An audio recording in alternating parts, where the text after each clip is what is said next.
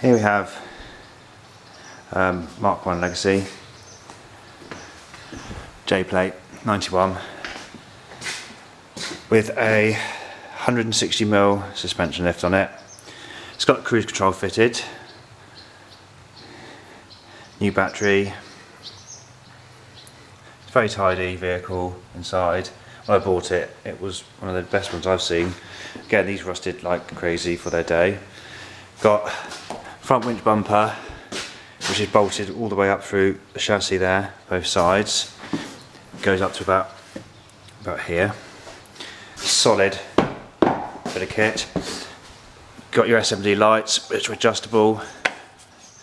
Brand new £9,000 winch in under there.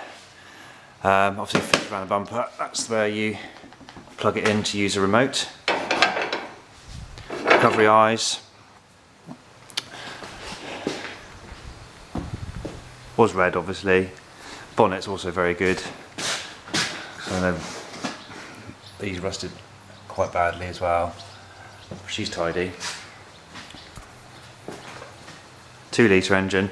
Oh yes, new clutch, new release bearing, new head gaskets, new rocker cover gaskets, fully serviced, new coil pack, replacement airflow meter, which are very hard to find,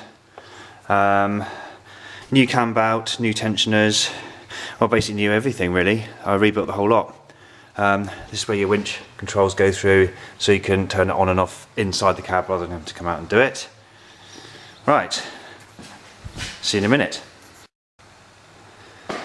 Stunning American Desert Storm kind of paintwork. Whole lot's been resprayed, had a bit of body work done to it. Yes, quite amusing. People love it, proper job. Got your Mr. Whippy aerial there. Got your lights on the back here on a custom built rear bumper, which is designed to protect the corners of the vehicle. This is all solid as well, the bumper's been taken off, so it will take a battering.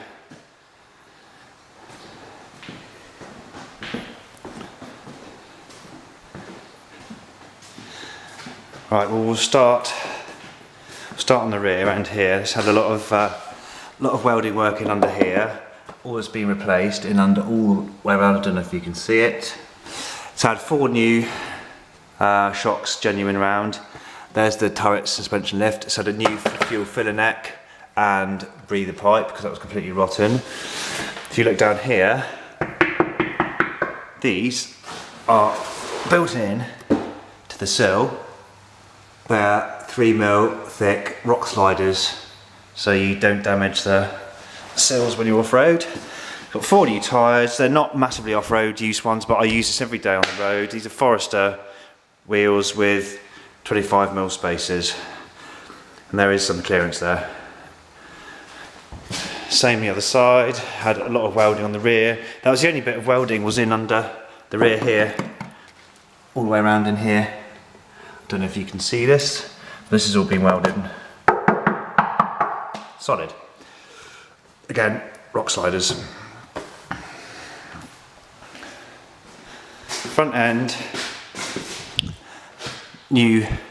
These springs are actually off a transit because there's a lot of weight on the front now with the winch. But I say you can drive as fast as you want at something, it just bounces. New sacks, these are genuine shocks all the way around. And everything obviously has been plastic coated in underneath. Right, we've got underneath here, we have front skid plate, which is 6mm thick, bolted to the chassis to protect the engine, obviously, because the engine is 160mm lower than what it was. If I come around here, so you can see it's all been plastic coated inside here. I'll go in underneath now. Right, heavy duty box section with the bolts still accessible, so if you need to change anything you can. Everything's been modified under here. The gear linkage has a box built for it. That was a pain, but it works lovely for the high and low ratio. Everything's been plastic coated underneath here. This is the frame obviously for the rear trailing arms. It's quite solid.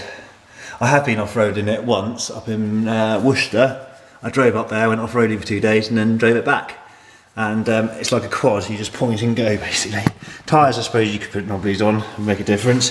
But if you use it every day for on-road use, these tyres are good. So they're only about 2 months old. I've hardly done any miles on them. Right, let's come to the interior of the vehicle. So you've got your rear seats there. There's no headrests in these ones, no early models.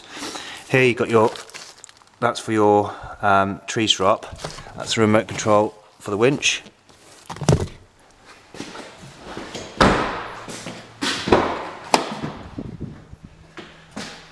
All nice and tidy. It's my off-road recovery harness. Genuine toolbox in there. That's your jack in there and your rear washer. Speakers in the back, there and there. I've actually replaced those speakers and put some slightly better ones in because the other ones were rotten. Tidy vehicle for a 1991. There's 21 of these left, and this is also, you notice, the flat roof. So you can really have a bulge here because it's got a sunroof in.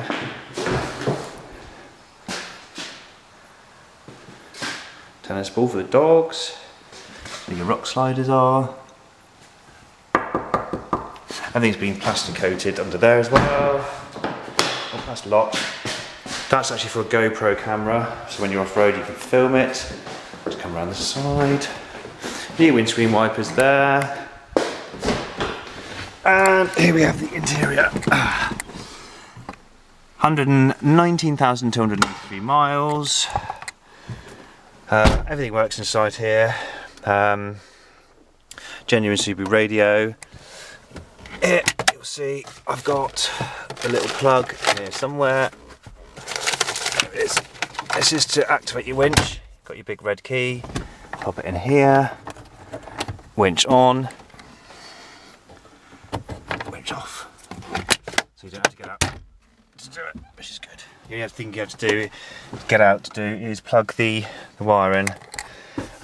You've got your high and low, 4-wheel drive, because it's front wheel drive until you press that. And once you press that, that's go anywhere.